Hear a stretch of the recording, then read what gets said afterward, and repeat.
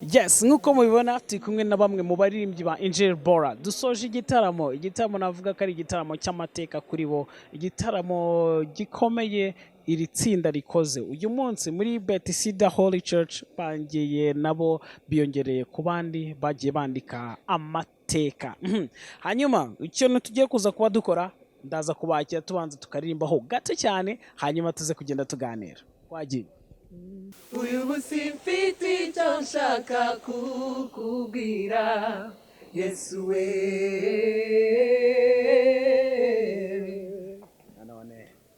Uyu munsi mfite icyo nshaka kukubwira Yesu we.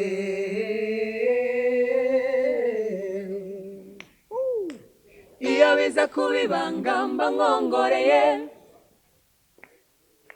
ariko kuko atari ibanga reka mbisangize abo turi kumwe, reka mbisangize abanyumva. Ishimwe ni ryawe, ishimwe ni ryawe, ishimwe ni ryawe Yesu we. Hanyuma ndagira ngo tuze kuganiraho gato cyane, tuza guhera kuri uyu musore witwa nde? Nitwa Eric. Eric, uri umwe mu baririmbyi ba INJILI BORA. Ntago tukuzimo igihe kirekire, umazemo igihe kingana gute? Muri INJILI BORA mazemo umwaka umwe n'igice. Hanyuma uyu munsi mwakoze igitaramo gikomeye. Kuri wowe ni irihe somo kino gitaramo cyagusigiye? Isomo cyansigiye nuko Imana ishobora byose koko, kandi ibyo Imana yasezeranyije abantu irabikora. Mu by'ukuri twashimye Imana ko yadusezeranyije uno munsi ikaba yanabisohoye nk'uko twabisabye.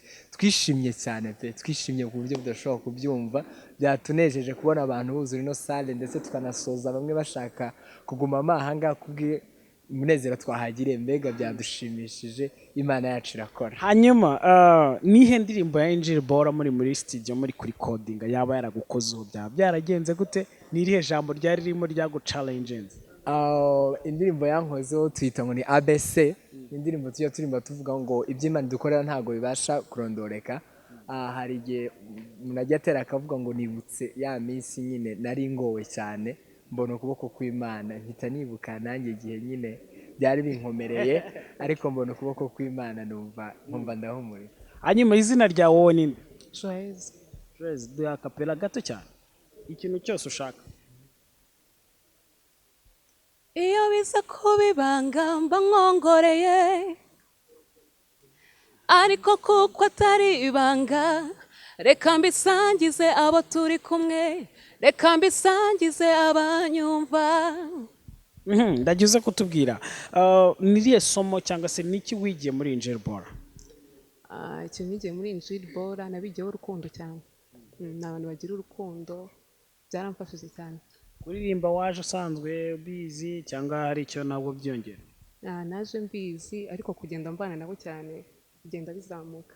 Yes, uyu munsi mwakoze igitaramo. Iki gitaramo wowe ni irihe somo wakuyemo? Nkuko mugenzi wanjye yabivuze, nakuyemo isomo ry'uko jambo Imana ivuga ngo rihere. Byose nyine yari yarabivuze, twashimye Imana ko nyine byasohoye. Twishimye cyane, byagenze neza. Ukigera kuri podium ufata microphone, ni ikihe kintu utamenyereye wabashije kumva cyangwa se wabonye? Kumva ntacyo. Yes, hanyuma nawe uraza kutubwira amazina ninde? Nitwa Eveline. Urasubiramo? Eveline. Eveline, uririmba ijwi rya kangahe muri INJILI BORA? Ndirimbato. Iryo ngiryo nanjye ntabwo narishobora. Hanyuma ndagize kutubwira mukora practice kugera uyu munsi igitaramo kibaye, ni ikihe kintu cyakugoye? Kubera impamvu zo gutegura concert byabaye ngombwa ko dukora practice iminsi myinshi kandi mu bihe bikomeye. Byagiye bitugora rimwe na rimwe, ariko Imana yadushoboza. Hanyuma uyu munsi igitaramo cyabaye kirarangira, ni iki wabwira umuntu utageze hano kugira ngo amenye byari biri hano byari bimeze gute? Muri concert habonetsemo ibintu bidasanzwe cyane, ko ntekereza ko ni concert ya mbere narinjemo abantu bataha batabishaka.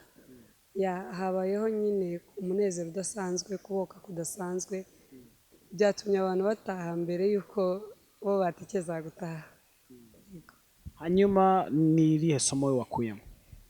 ngendeye ku byo twigiye muri concert twamenye neza yuko umuntu akwiriye gukorera imana ubwe ku giti cye, ntabwo tugiye ngo Yesu yarabirangije, oya hari ibyo yarangije byiwe, natwe dufite ibyo dusigarijwe gukora. Hanyuma dukomeza tugiye kuza kuba tuganira n'umuyobozi wa rino tsinda, ariko abaririmbyi mwakoze rwose kuza tukaganira. Reka tujye hano, kameramani nawe ndi kubona hari ahandi hantu yibereye. Hanyuma ndagize kutubwira Injili Bora uri umwe mu bayimazemo igihe kirekire, mwagiye muvunika cyane, mwakoze ibintu bitandukanye. Ndagize kutubwira urugendo rwa Injili Bora. Urugendo rwa Injili Bora ni rurerure. Hari igihe twageze aho dusa n'abacitse intege kubera urabona ubuzima bwo muri iyi si, hari igihe abantu babana, igihe kikagera bakagenda, bamwe bakimuka kubera impamvu z'ubuzima. Icyo ni cyo kintu gisa naho cyagiye kitugora cyane, kandi kugeza n'ubu ngubu rimwe na rimwe kitugora, kubera ko turarera abantu bagatangira igihe bakatanze umusaruro cyane bakaba baragiye, ariko ntibinci intege, kubera ko iyo bagiye aho bagiye ntabwo bazima, barakomeza. Nicyo kintu kinshimisha cyane. Hanyuma urugendo rwa Injili Bora rwo nibyo rurakomeje. Prosper, kino gitaramo cyaguhaye iyihe shusho ya korali Injili Bora umazemo igihe kitari gitoya? Hari ibyo twatinyaga gukora kubera izo mpamvu nari nkubwiye zo kuba hari igihe tugera ugasanga twari tumaze kwiyubaka, wenda hakasa naho tubaye nk'abasubira inyuma, kubera n'ubundi za mpamvu nakubwiye z'abanyamuryango bagenda bajya ahantu kure. Ariko hari icyizere byampaye cy'uko abatoya mfite ubu ngubu, cyangwa se wenda n'abashobora kuza ejo batoya, hari icyizere cy'uko dushobora nabo kububakamo ibintu byiza kandi bakazatanga umusaruro babanjirije. Ubona ari irihe somo abantu bandi, abaririmbyi bakitinya, amatsinda akiri matoya ataragira imbaraga, bakwigira kuri Injili Bora? Icyo uvuga uti iki twagihagazeho kiradukomeza, kidutera gukora cyane, ndetse bituma tubasha gukora igitaramo nk'iki ngiki. Ni ukuvuga ngo muri kino gihugu cyangwa se no hanze yacyo hari amatsinda yagiye abaho kandi agakomera, hanyuma rero agasa naho azimye cyangwa se akarangira burundu bitewe n'izo mpamvu nanjye nakubwiye duhura nazo. Rero nkababwira ngo ntibakwiriye gucika intege cyangwa se ngo bacibwe intege n'ikintu icyo ari cyo cyose. Ni naho havuye indirimbo nanditse yitwa Nzakambakamba. Harimo n'ibyo bintu nagiye mbona mu buzima bw'abaririmbyi. Ni ukuvuga ngo ndavuga ati amakuba naza umubiri nawo ugacika intege cyangwa se hakaza ibindi bintu byose, ntabwo nzacika intege, ahubwo nzakambakamba mparanira kugira ngo nubahishe izina ry'Imana. Rero abaririmbyi bose muri rusange ndabakomeza, bashiremo imbaraga, nta mpamvu yo gusubira inyuma. Ubutumwa ku bantu badukurikiye, ubutumwa ku bantu batabashije kwitabira igitaramo cyanyu, ndetse unuze no kutubwira video mwari muri gufata cyangwa se amashusho mwafashe muri kino gitaramo, tuyategereze ryari?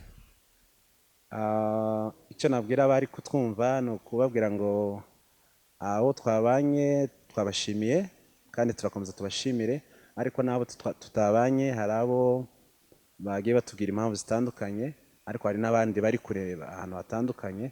Nabwira ko ibintu byari bimeze neza, gusa amashusho niyo azabyerekana neza wenda kuruta uko ngenda kubisobanura. Hanyuma amashusho twakoze uyu munsi ntabwo azatinda, sindavugana neza n'abari kuyatunganya, ariko ntekereza ko ntabwo azatinda. Mbega uyu mwaka tubwira wenda hagati y'uku kwezi nuko uyu mwaka ugomba kurangira abonetse. Bivuze ko mu kwa 12 tuzaba dufite video za Injili Bora. Yego. Reka tugushimire cyane. Murakoze papa. Hanyuma namwe mudukurikira, reka tubabwire ngo amahoro y'Imana akomeze kubana namwe. Mwibuke gukomeza gukanda hasi kuri subscribe. Yego recording tu. Yes, nkuko mubibona turi kumwe na bamwe mu baririmbyi ba Injili Bora. Dusoje igitaramo navuga ko ari igitaramo cy'amateka kuri bo, igitaramo gikomeye iri tsinda rikoze uyu munsi muri Bethesida Holy Church. Bangiye nabo biyongereye ku bandi bagiye bandika amateka. Hanyuma ikintu tugiye kuza kuba dukora, ndaza kubakira tubanza tukaririmbaho gato cyane, hanyuma tuze kugenda tuganira. Twagiye.